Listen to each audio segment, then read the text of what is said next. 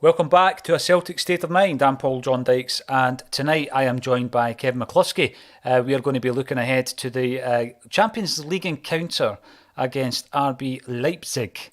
Kevin, how are you? I'm all right, Paul. How are you? Doing I'm okay?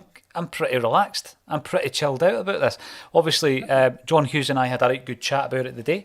Most of the conversation we had during the bulletin for an hour was about tonight's encounter. Obviously, at that time, we didn't know what the team was going to look like, Kevin. So, should we start off with looking at the team, do you think?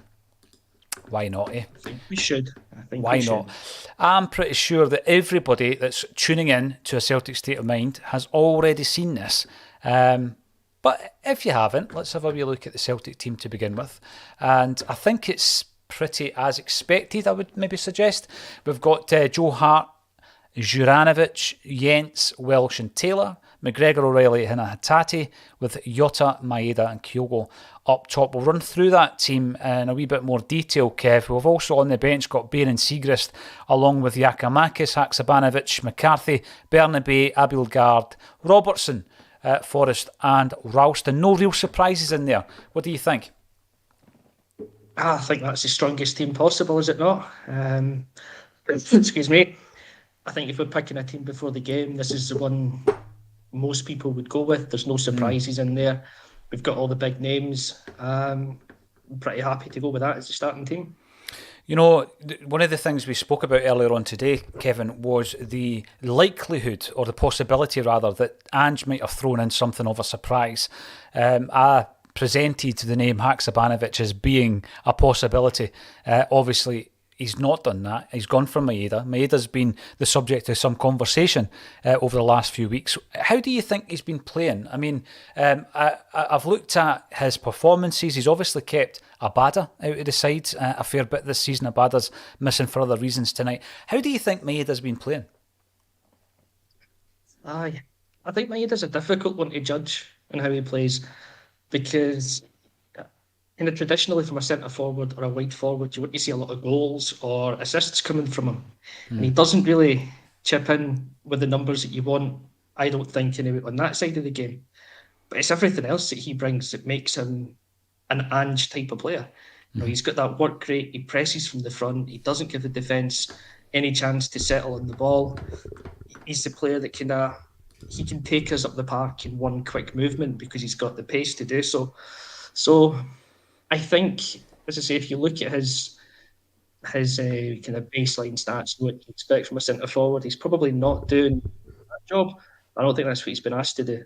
I think he's a very good team player for us, and I think it's exactly what Ange wants from one of his front three. You've got Kyogo, who's kind of the goal threat of the three. You've got Jota, who's the skillful bums on seats, going to take his man on kind of player. And Maeda just does everything else. He does a bit of the donkey work, and then he'll chip in with a goal every now and again. And you always get a 90-minute performance out of him, or however long he's on the park, you get that committed performance for the full minutes he's on. I don't know if it makes him an undroppable player in other people's eyes, but in Angie's eyes it does, and I think that's the ones that kind of matter at the moment. Without a doubt. And we know how highly he rates Maeda. We know that, he was on the top of the shopping list, Kevin. But circumstances didn't allow us to go for him first, and we had to wait until January. Liam, whose opinion of Japanese football we hold very highly, in high regard, he is a big fan of Maeda as well. Now, I'm not comparing the players here, but the scenario is pretty similar in that if you looked at the Celtic career of Frank McGarvey, for example, there's a wee blast from the past. Frank, who does his own Celtic podcast with Tommy Sheridan. And what you tend to find is that he played alongside a lot of goal scorers, a lot of strikers, who got a lot of the kind of high profile attention that Frank didn't seem to get. So, he created a lot of goals for Charlie Nicholas, for example. He created a lot of goals for Brian McClare, and I'm sure others. But Frank done a lot of what you call the donkey work, the dirty work, the bit that doesn't always get the praise, where he's closing down, he's filling in pockets of space. And I think I go back to the Chris Julian interview from last week, where he's talking about how Ange identifies issues within the opposition, and he tries to, he then then tries to manipulate those certain weaknesses that he might find in the opponent's team. And I think Maeda is the perfect tool for that particular part of Angie's game, to try and play this game of chess, as Chris Julian called it. Aye, without a doubt. And I think we know that because he said he's the player that Ange wanted to get in first. Before we signed Kyogo, Maeda was his number one forward target. Excuse me. And you see it with players like McGarvey was an example. There's loads of others throughout like Celtic's history and whatnot. The striker that brings out that something else in his partner.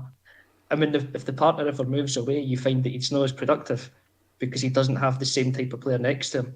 Yeah. And that's where I think you get the benefit of Maeda. He's probably a player that you notice more when he's not in the team, perhaps, because no one's doing exactly what he does and no one brings to the team exactly what he does.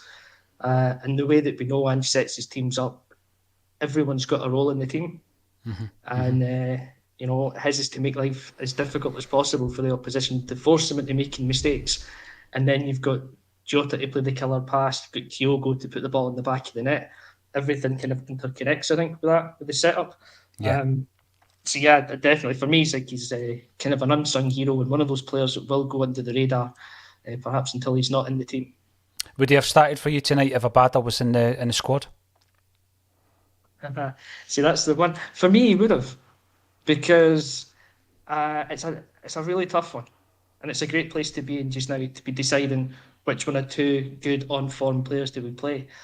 But I think in these games you want Ange's best team to go out and play, because he's drilling them for this game to play in a specific way.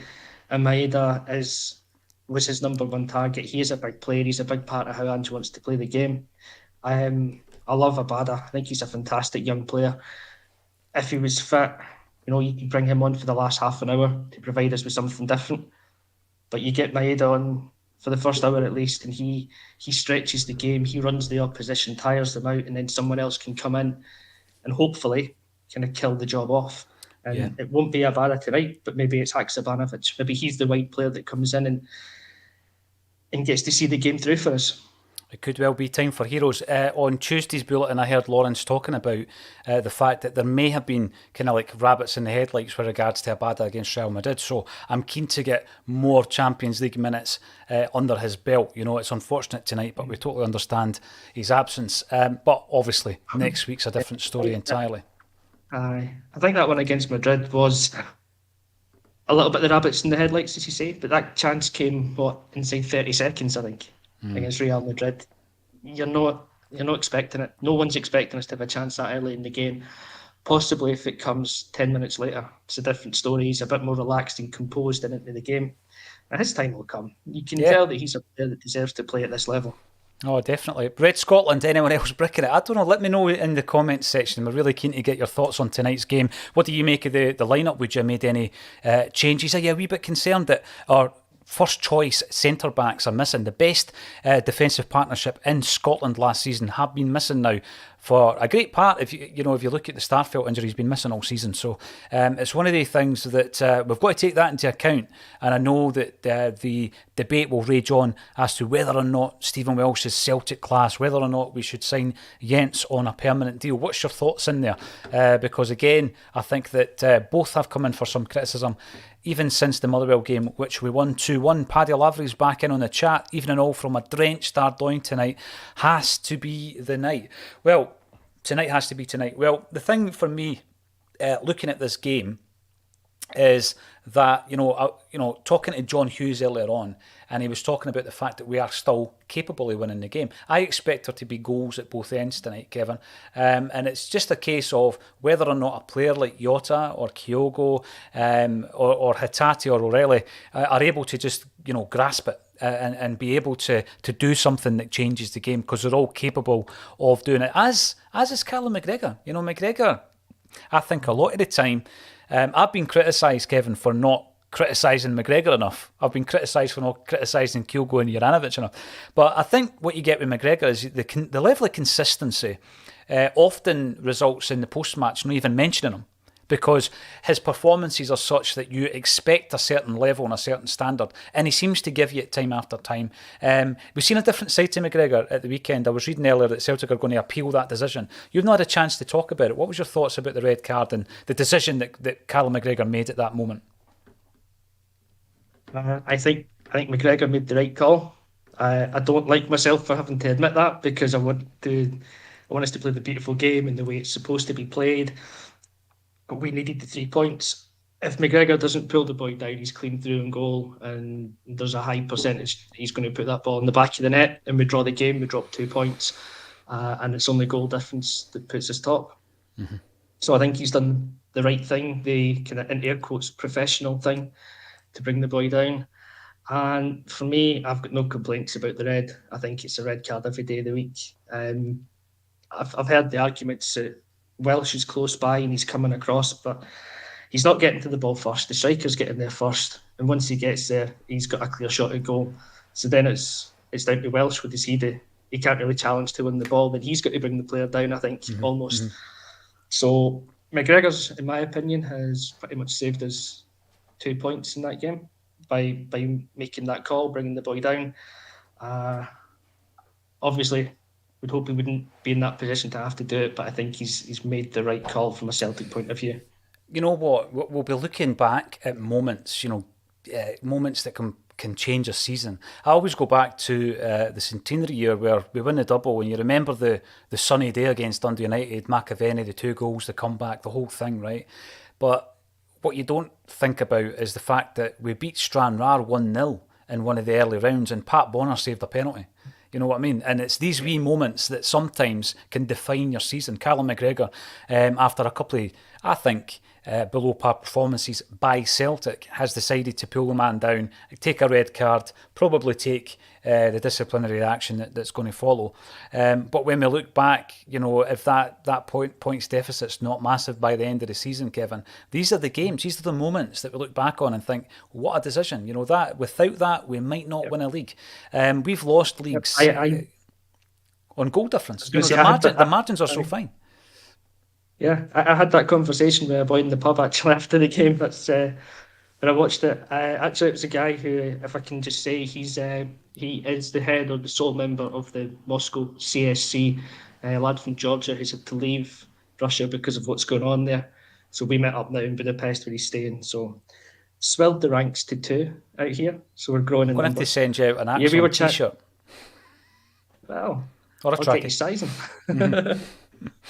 Yes. But yeah, so we were chatting after the game, and that's the point that we made. Hopefully, coming into the season, we're going to sit down and talk about the key moments that won us the league. Yep. And we're probably not going to remember McGregor getting sent off against Motherwell as a key moment. But right now it is, because it's the moment that kept us top. It's the moment that keeps the momentum with Celtic. Mm-hmm. And you're now hoping then that the performances improve again, we pick back up, extend the lead. But yeah, you can now kind of point back to that's the moment it's kept us top of the league. No, definitely, because you imagine in 2 games throwing away the 5-point lead that we had built up to the point of the St Mirren match. And, I don't think the purists would like you to include a red card alongside a fantastic goal or performance or passing movement or whatever it might be. But you know what? I'm going to stick that red card in if we do win the league this season. Marky boy, I think a point tonight would be a positive result regardless of performance, etc., as would give us the impetus to go and get 3 next Tuesday at home and help the chances of Euro football after Christmas. Again, earlier on today, I was talking to John, and I did say that, you try and map out the results throughout your campaign in Champions League on the day that the draw is made, Kevin. And I think that had at the beginning of the campaign, we've been told, right, you're going to go to Poland as it was and Germany and get a result and get a point in each of these games, you would think, well, that's fine as long as we get the home results that we're after. And rightly or wrongly, I wrote off the Real Madrid games from the outset, which made the first 55 minutes at Celtic Park even more enjoyable, because I really didn't fancy our chances at all. Tonight we'll get into predictions, etc., but would you agree with Marky Boy with that one? We get a point and we come away happy tonight? I think so. I'm going into this double header targeting 4 points. I think we can get a point here, and I think we can beat them at home because I'll always fancy our chances at home. And as you say, when you look at the draw, the group, when it comes out, you look at it and you go, right, you want to target 9 points, which is your 3 games at home. Take Real Madrid out because that's a fantasy. We bought into the fantasy a bit in the opening game that we were going to win it. We got really hyped up, and for an hour we looked like we could get something. But you do kind of discard that. That's bonus points. So then you're looking at the other games. You're going to get 6 out of 6 at home. If you can get 2 draws away, I think that guarantees you second place. And we've got one of those draws. So if we can get the other one tonight as a minimum, it sets us up for the return game at Celtic Park. As I say, you always fancy our chances. So, yeah, I think if we take a draw, it could be a very positive result that we can turn hopefully into 3 next week or in 2 weeks' time, whenever the home game is. Just like Celtic will get a win tonight. And we'll draw one of the other games at Celtic Park. I have said we're going to win 3-2, but we will see. Joe Porter's back in. Welsh needs a career best performance tonight. Stephen Welsh has been the subject of many a conversation, for some time, but particularly over the last few weeks. And I was talking about how obviously he's been scouted. He's been scouted, Kevin, by 2 clubs, one in France and one in Italy. So he's obviously scoring very highly on the metrics that they're looking for. Those 2 particular teams will need a very specific type of player to play at centre-half, and he's meeting the criteria that they're looking for. I think John Hughes earlier on said he's not happy with his aerial duels. I tend to agree with that. On Saturday, I was critical of the way that he attacks cross balls, and the fact that he doesn't often get in front of the man wins the ball, and he seems to be off balance a lot of the time. And that is something again that I think if you're playing alongside someone who laps up that kind of ball, then you're okay. But if you're playing alongside someone with the same deficiencies, then you've got an issue. You need somebody who's commanding in the area to win these high balls. I've always said on the ball, I think that he's very good. His distribution's good, and it absolutely is when you look at his on-ball value, for example. And I think that's why he scores so highly in terms of the metrics, and that's why he's getting a lot of attention. Do you think the criticism has been unjustified when it comes to Stephen Welsh? I do, yeah. I can see where it comes from, though, because, say, aerially he's not the best. He's not the tallest, although if you look at some places, his height's listed at 5'10", others at 6'3", so he's somewhere in between there. But he isn't the most commanding in the air. And it is shown up when Carter Vickers isn't next to him, because he goes and wins every ball. So that is a deficiency in his game. And he's not really going to get much better at it. He's not going to grow an extra couple of inches to have that physical presence anymore. So that's always going to be there. But the rest of his game's pretty good, I think. I think his positional sense is good. He's very good and very comfortable in the ball, although he maybe doesn't always take the risk that he should with some of his attacking passes. But he is a centre-back, so he's probably more inclined to be a bit conservative with how he's doing it. But I think he's a good player. I think he's a talented young player still, who still has time to improve on the elements of his game that he can. I did listen in to this afternoon, and I can agree with it was John, or maybe it was yourself that was saying it. There is the kind of that unconscious bias, perhaps, against players that come through the youth system, because we just want them to do so well that we put such a level of expectation on them that we're almost waiting for the mistake so we can highlight it and jump on it, when it should be the other way around, and we build the player up. For me, Welsh he's a talented player. There's obviously something in there, as you say, because the teams that are looking at him, the one I remember for sure is Udinese in Italy, and they don't sign duds. Italians don't sign bad defenders. If you're going to go and defend in Italy, you've got something about you. Yeah. So he's definitely a talent. He reads the game well. His positional sense is good. He's good on the ball. If he's got Carter Vickers next to him, then that brings out the best in him. When he's not, and it is Jens or it is Starfelt, he maybe looks a little bit shaky at times. But that will also come with experience, because he hasn't really had a full season yet of being in the team from game 1 to game 38. Games will help that for him. Yeah, definitely. I mean, he's 22, right? and we sometimes give people a bye for inconsistencies, for example, when they're young. When you think about Welsh, you mentioned his positional sense. I think back to 2 seasons ago, where he was basically commanding the likes of Diego Laxalt when it came to the positional strength within defending a corner, defending a throw-in. This was in European football, and he's basically telling a guy who made it into the World Cup team of the tournament, who's got a bag full of caps for Uruguay, who played for AC Milan, and Stephen Welsh was talking him through the game, basically. And this wasn't one of Laxalt's first games. He'd been at the club for a while. So I do think he's got that about him. One thing he does that I don't see as much from Carter Vickers and Starfelt is that he does travel with the ball a fair bit as well. I don't know if that's a good thing for Ange's team though.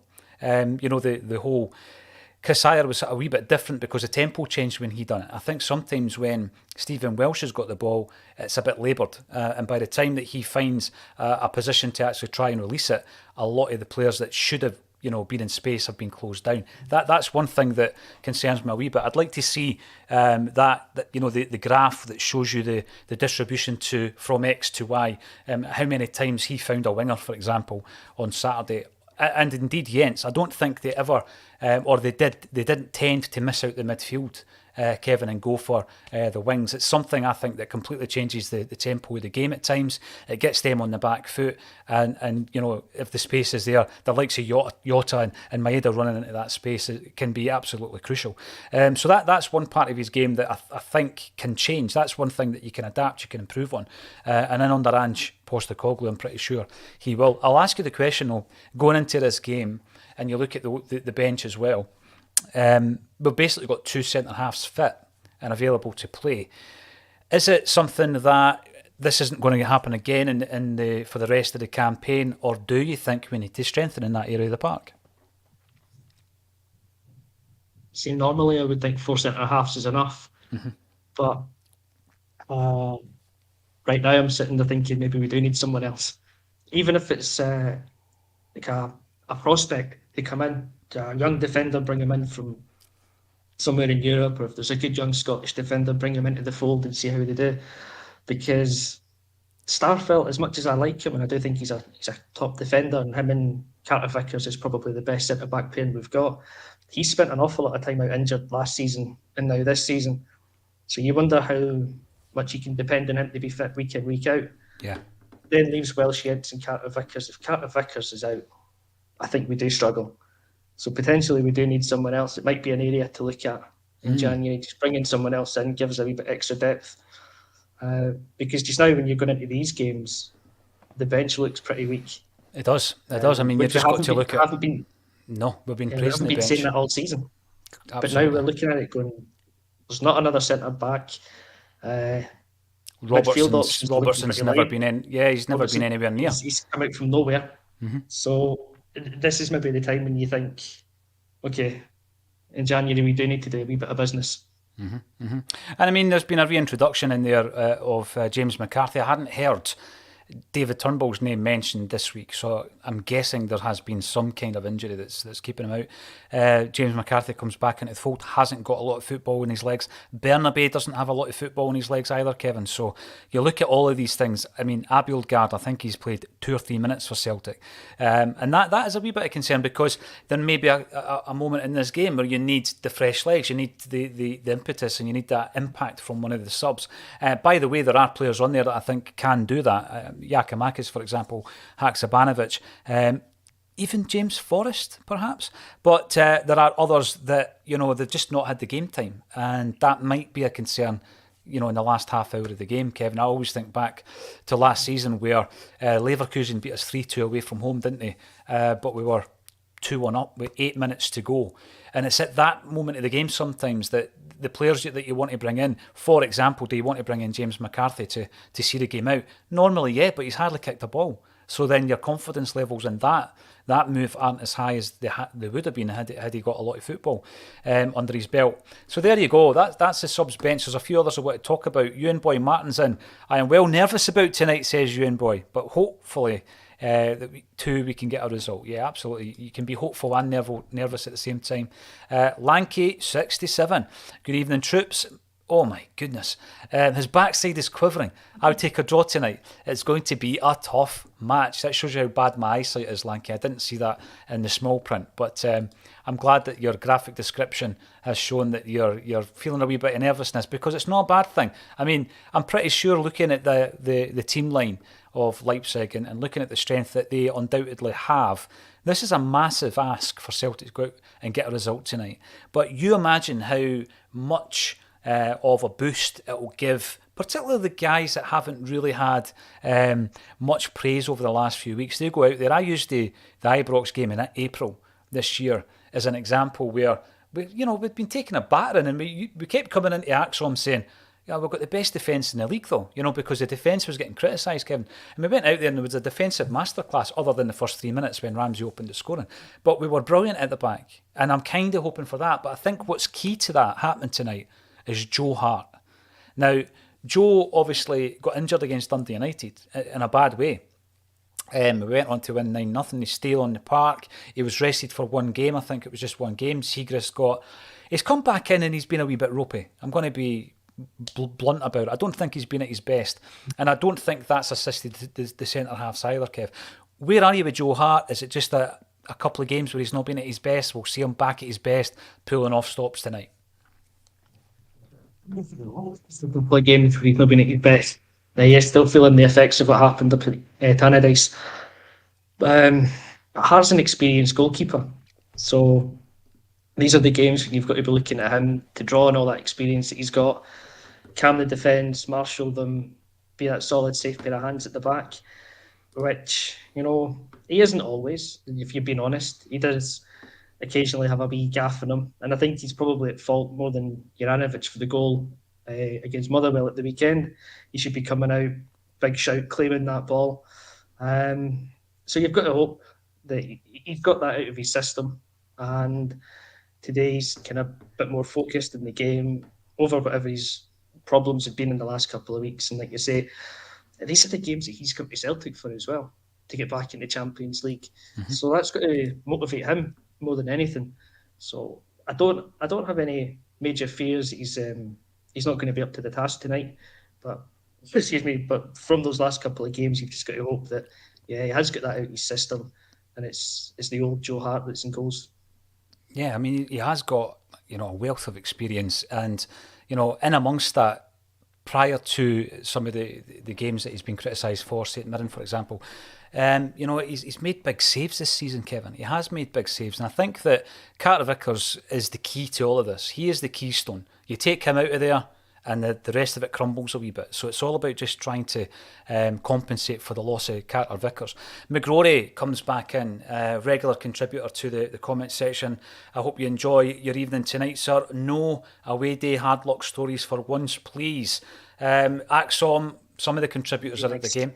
Yeah, some of them are having an away day, and I hope that they're having a great time. Michael Ross comes in also. Michael's on his second glass of wine, beginning to think we'll sneak a win. Listen, I'm on the coffee and I'm believing that we're going to get a win tonight. 3-2 is my prediction. Kevin McCluskey, give us a prediction for tonight. I think we can win, but I think it'll be a score draw. 2-2? And I'll go 2-2. Why not? Yeah, right. I think it'll be a score draw. I think it'll be an open game. They've got it in them to create chances, and so have we. Yeah, absolutely. And I think John Hughes actually said the same, 2-2. I'm going to touch on the midfield before we get to the action, Kevin. That is a strong midfield, but what I think we need is them all to be hitting a wee bit of form now. I mean, I thought Hatate was excellent on Saturday. Obviously, the pass near the end sullied it a wee bit, but he apologised for it. You know what? I think we'll accept the apology for Rio. He's been tremendous this season, even better than he had been last year. And I think that in a night like tonight, him and O'Reilly, if you get your normal consistency from Callum McGregor, these two guys can carve open defences or even get a goal for us. How important are they going to be tonight? Oh, massive. You win and lose games in the midfield. And that's especially at this level, because they've got a strong midfield as well. The boy Kevin Campbell in the midfield's a quality player. The three in front of him, Soboslai and Kunku Werner, if they get the ball, they'll cause us trouble. So our midfield's got to be on top of their game to make sure that they're winning all the battles winning the second balls when they're coming out. We know that Hatate and O'Reilly can pick a pass. Again, for O'Reilly, he's a guy that you feel is destined to go on and play at the top level. So these are the nights when he's got to prove that he's good enough to do it. And I believe that he can. As I say, I think he's a player that can pick a pass as long as he's on his game. McGregor's just your steady Eddie guy that's pretty much excellent in any of the three roles in the midfield that he's asked to play. So if they're on their game, I think we've got a chance to win the midfield. If you win the midfield, increases your chances of winning the game. 100%, Kevin. There's a lot of positivity, I would say, running through the comments. One last thing, Egyptian King, Hart is not confident with Welsh in front of him. If that's the case, I think it needs to be the opposite. I think Joe Hart is the type of player, at his age, with his experience, who should be leading a 22-year-old through the game. He should be able to instill confidence in Welsh and then be confident that Welsh is actually doing his job. So I'm not disagreeing with you, but if that is the case, I think it should be the exact opposite, and Joe Hart should be instilling some confidence in Welsh and therefore feeling that a wee bit confidence back. Yes, we are going to kick off now, Kevin. We'll be back at half-time. Thanks, everybody, for getting involved in the chat, and thank you, Kevin McCluskey, all the way from Hungary, for joining me on A Celtic State of Mind.